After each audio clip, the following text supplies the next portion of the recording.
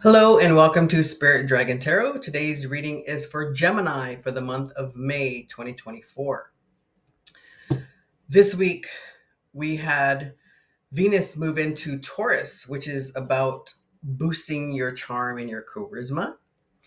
We have Mars Mars moved into Aries, and that's about boldness. On the second, we have Pluto going retrograde. That's about introspection and reflection.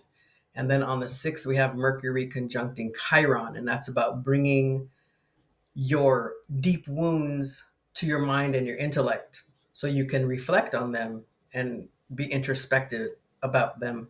And when you do that, when you think about it and you bring those forward and you actually see them, right? That you you begin to integrate them and access them as your greatest gifts. And a lot of people use the healing from and the lessons learned from those deep wounds as their life's work. Okay. So this month we have the new moon in Taurus, which is happening on the 7th or 8th, depending on where you are. And we have the full moon in Sagittarius, which is a flower moon this month. I am going to be using a modified Celtic cross to give us a little more in depth um, about the energies that are happening for Gemini for the month of May. Spirit, what does Gemini need to know about the month of May?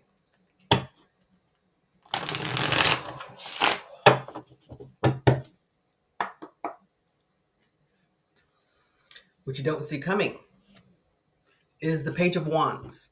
The Page of Wands is a message. It's an action, right? The wands are action. And although he's in a desert, you can see there's some growth here, right? The new moon is about setting intentions and setting intentions for things that we want. Where is Taurus in your um, birth chart, Gemini? Is it in your sixth house of routines? Is it in your 12th house of spirituality? The Six of Cups. This is about nostalgia. Is someone coming back from the past? You have someone giving a cup to another. Could this be an offer of love? And you have the Eight of Pentacles. This is about hard work. This is about working hard, right? Um, he has the pentacles, seven pentacles behind him, and actually six pentacles behind him and one on the floor. And he's working on that eighth pentacle right now. And how you're showing up this month is the King of Pentacles. I've seen the Queen of Pentacles a couple times. Now we have the King of Pentacles. And the King of Pentacles is about stability and financial security and leadership and authority, right? And he's in front of his kingdom and he's holding that pentacle in one hand and his scepter in the other. And he is bold, right? That Mars and Aries. He looks very bold. What is your challenge for the month? The Two of Swords. Are you blocking your heart? Are you blocking your intuition? Do you need to trust yourself and trust your intuition? You see the moon um, up in the corner, right? We're going to get clarification on this challenge. What is the recent past? Was the Three of Wands. Were you open to these things that you possibly asked for? Because with the Three of Wands, you have the Two of Wands before that, which is the ask. And the Three of Wands is the receiving, right? But you have to be open to it. Um, an example I like to use is when you say, I want a new job. And then you get a new job offer, but you're like, but I don't want that job. I don't want to work at McDonald's or, whatever it is. Plenty of good work at McDonald's, right? My brother started there, did him a lot of good. Okay. So be open to those things that are coming. He's looking beyond. See those ships? The ships are coming in, right? And just be open to whatever comes. So that's your recent past. Your near future is the Three of Pentacles. Are you going to be collaborating with someone, right? You have the person who's doing the work, right? This person was commissioned to build this statue. And then you have the two over here who are perhaps supervising them. They have plans, right? Um, the one has an orb. So are you going to be working with somebody for your future? I itches. And then your overall energy for the month is the Seven of Wands, is setting boundaries. Um, Perhaps there's some healing that you needed to do, and now you're setting those boundaries so that you don't have to go through the same thing over and over. We're going to get some clarification. In fact, let's clarify that Seven of Wands right now. Spirit, what does um, Gemini need to know about this Seven of Wands, please?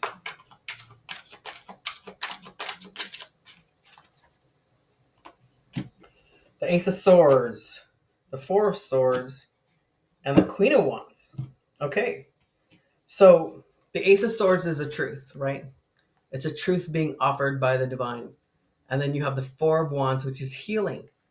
And you have the Queen of Pentacles, which, I'm sorry, the Queen of Wands, which she has the sunflower, and there's a big sun behind her. And the sunflower always points to the sun, and the sun is about happiness. Then you have the little black cat.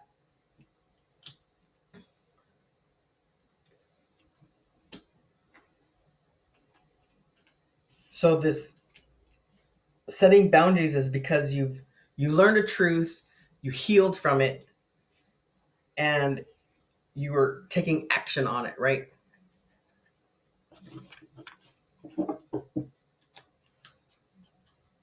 Let's clarify this Two of Swords, please, Spirit. What does Gemini need to know about this Two of Swords, about this possible block? And the Two of Swords is about your own intuition, right? Your higher self. The Chariot, the Knight of Pentacles, and the Five of Cups. The Chariot is the Emperor, and he's driving that chariot, right? But the two Sphinxes, they're his wisdom and knowledge, and that's what's propelling him forward, is he's allowing that wisdom and knowledge. And the Emperor is all the kings, right? And then you have the Knight of Pentacles, which is slow and steady, and it's about stability. And then you have the Five of Cups here, which could be regret or some kind of loss, right? But don't focus on the loss. Focus on what you have. Focus on the fact that there's a bridge here so you can move forward, and there's something to move forward to with this city. But take your time to do it, and you have the wisdom and the knowledge to do so with this Chariot.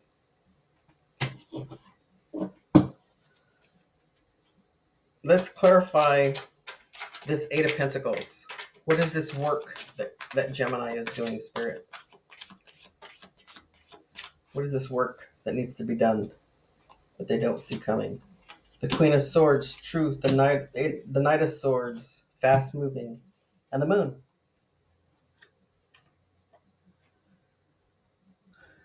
So it's learning a truth. Was there something that was hidden, and then you found out the truth, and now you're moving forward quickly and working hard on it? Let's get some oracle messages from the Cosmic Journey Oracle for Gemini for the month of May.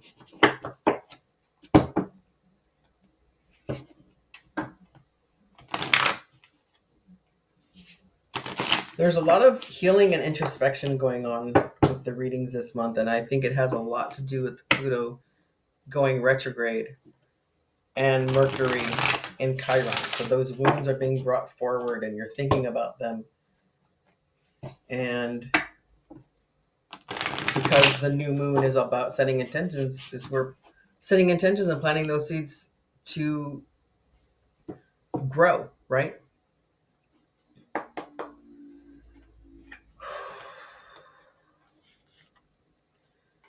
The phoenix rises into joyful abundance. I believe Taurus got this card. So when you heal and when you learn, then you grow and you rise like the phoenix. You're learning that truth and you're healing and you're rising. Your greatest joy pollinates the world. So that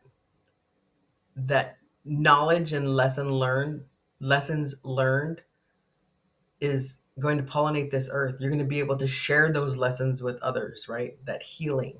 That's Chiron. Chiron is our deep wounds. And when we heal those wounds, a lot of the time it becomes our life's work. And at this point, there's a lot of sharing that needs to go around. There's a lot of healing that needs to happen.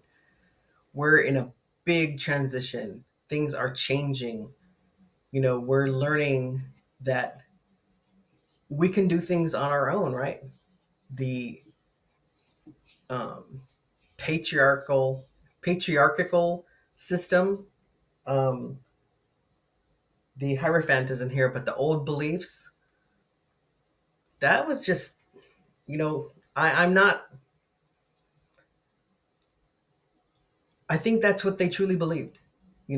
I'm gonna be 60, so my parents um, are in their late 80s. Well, my mom is. My dad passed, but he would be in his late 80s right now. And they were taught a certain way, and they were also taught not to question.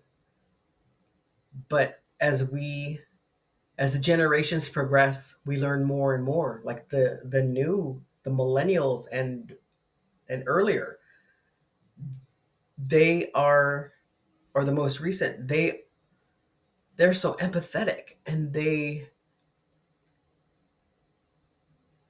they love more than we, some of us older people, right? We've had to learn to do that because we were told that this is how you're going to do something. Okay. And then the divine dragon. I love dragons. So let's read the divine dragon.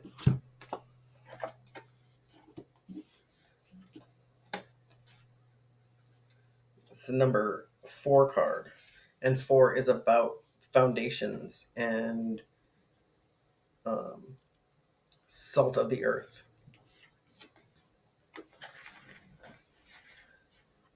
A dragon chooses you. You do not choose the dragon. A dragon's power connects you to your own power from within to stand sovereign.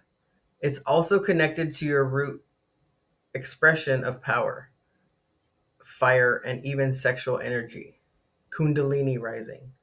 You cannot serve the collective without yourself first being alive and ablaze. Allow the dragon's fire of purification to cleanse you.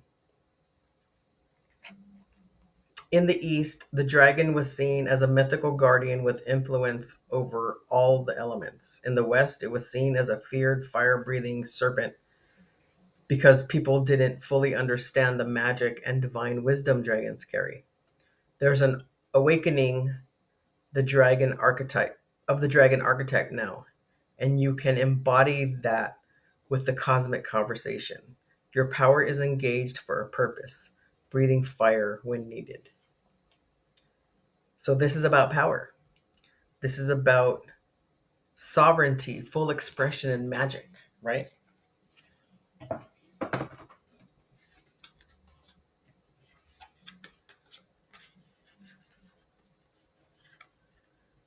Be the divine dragon. Use that power to rise like the phoenix so you can pollinate the earth, right? Share that wisdom with others. This is such a time right now about healing. We're all healing and we're all sharing. And even though some of us might be healing almost the same thing, we all have different perspectives on it. And sharing that perspective helps each other grow even more. Okay? All right, Gemini. Don't forget to like and subscribe. Don't forget to hit the notification bell so you know when I'm putting out a new video. and share this with anybody you think might need to hear this. Okay, Gemini?